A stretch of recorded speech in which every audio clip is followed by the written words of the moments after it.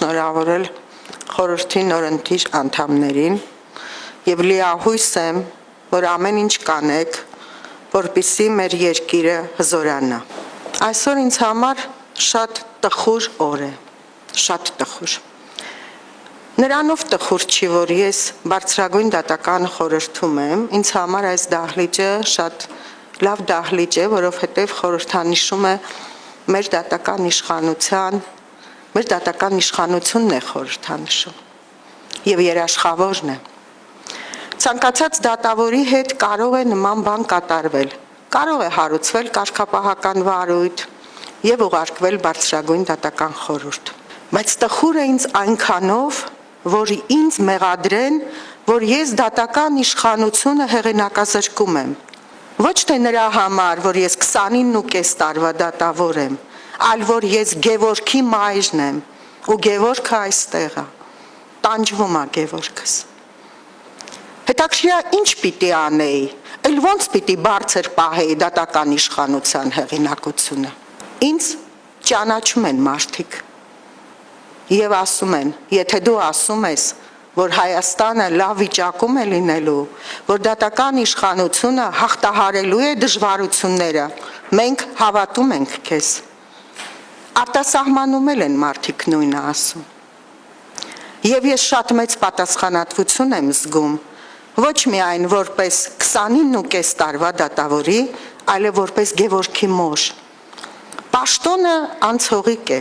բայց ես հավերժական պաշտոն ունեմ, ես Գևորգի մայրն եմ։ Եվ ամեն մի բառ, ինչ որ կապված է մեր երկրի հետ, ես շատ զգուշությամբ եմ արտասանում։ Ամեն մի քայլ, որ գցում եմ, ես հասկանում եմ, որ ես Գևորգի մայրն եմ, ուշադրության մեջ եմ, եւ ես շատ ուշադիր պիտի լինեմ, որպեսզի պակասեցնեմ թերացումները։ Անսխալական մարդ գոյություն չունի, միայն Աստված է։ Ուրիշ բան է, որ մեկի թերացումները կարող են շատ ուժեղ բարձրաձայնել, մյուսի կոպիտ սխալների մասին լռել։ Սա այլ հարց է։ Բարձրագույն դատական խորհուրդը 2024 թվականի հունիսի 13-ին ընդ որում 10 ձայնով առանձին կարծիք չի եղել։ Բոլորը միաձայն որոշում են կայացրել, որ 20-ից մինչև 24 թվականը, մինչև հունիսի 13-ը, պատերազմից հետո իմ աշխատանքը կատարվել է թերացումներով։ Սա հաստատված փաստ է։ Ճիշտ է, ես այդ ընթացքում բազմաթիվ գործեր եմ լսել եւ ազգային ժողովի ընտրությամբ Հայաստանի Հանրապետության նախագահի հրամանագրով բարձրագույն դատական խորհրդի որոշմամբ ես ընտրվել եմ Վճռաբեկ դատարանի դատավոր։ Այսինքն պետությունը գտել է, որ ես արժանի եմ գտնվելու Վճռաբեկ դատարանում։ Ոչ միայն գիտելիքներով, այլև իմ բարոյական կերպարով։ Որովհետև ճիշտ է, դատավորը միակ պաշտոնն է, որ առանձին անձ է եւ իրականացնում է իշխանություն։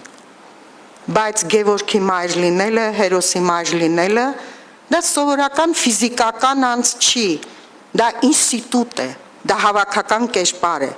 Եվ եթե այսօր Գևորգի մորը մեղադրում են, որ ինքը դատական իշխանությունն է հեղինակազրկում, մեղադրանքն է ինստիտուտին։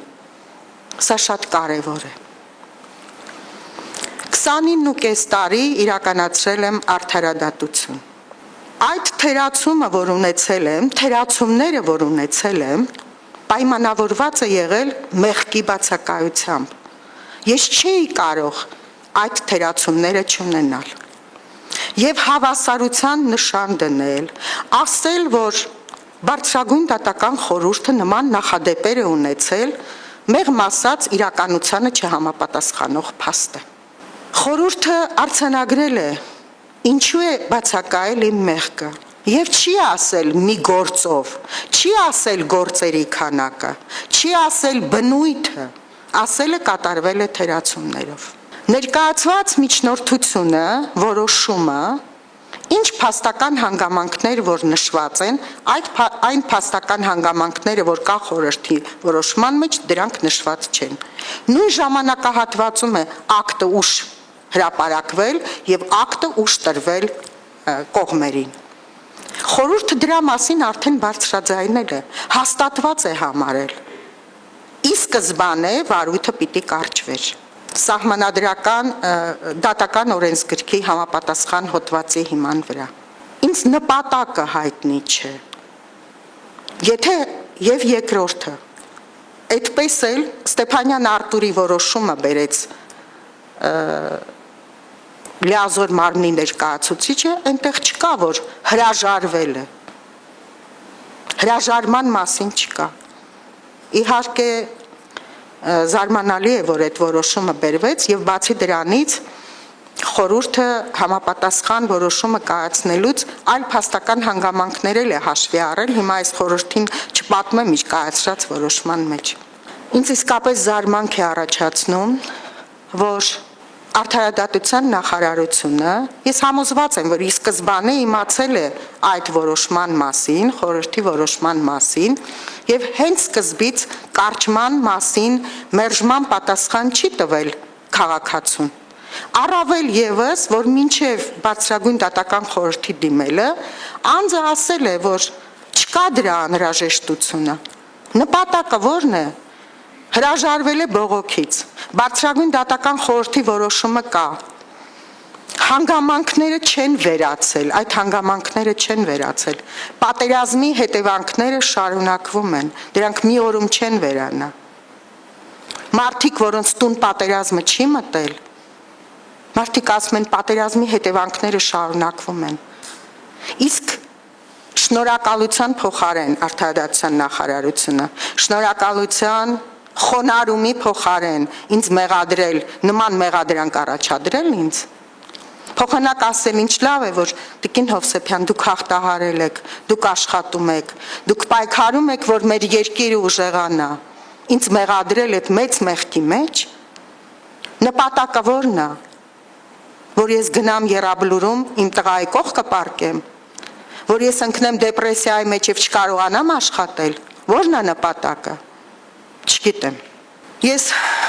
չեմ կասկածում խորհրդի անաչառությանը եւ խնդրում եմ, որ խորհուրդը վարույթը կարճի, որտեղ արդեն դրա մասին խորհուրդը կայացրել է որոշում եւ այս գործը նույնպես այդ ժամանակահատվածում է եղել։ Շնորհակալություն։ Ձեզ նույնպես շնորհակալություն։ Ինչի մասին որ դուք խոսեցիք, Տիկին Հովսեփյան, ձեր որդու հետ կապված մեկ անգամ չէ, որ յուրաքանչյուրս անձնապես ձեզ շնորհակալություն ենք հայտնել այդ ամեն ինչի համար, ինչի մասին որ դուք խոսեցիք։ Այսպիսով